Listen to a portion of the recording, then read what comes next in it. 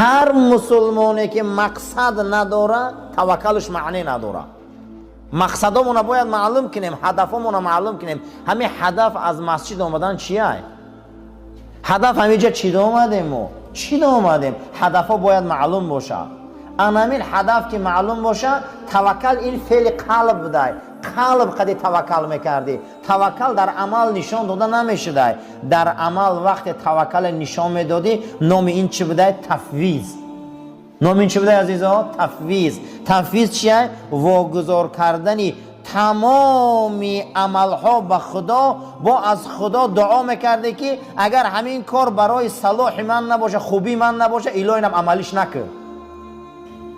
نام همین چی بوده؟ تفویض. فرزنددار میشوه یک از ولیهای خدا و این خرسند میشوه، میگه امروز به توکل به خدا رسیدیم که فرزنددار شدیم. اگر گفته خدایا دردی سرم باشه حوضی بردار شد، انیش تفویض.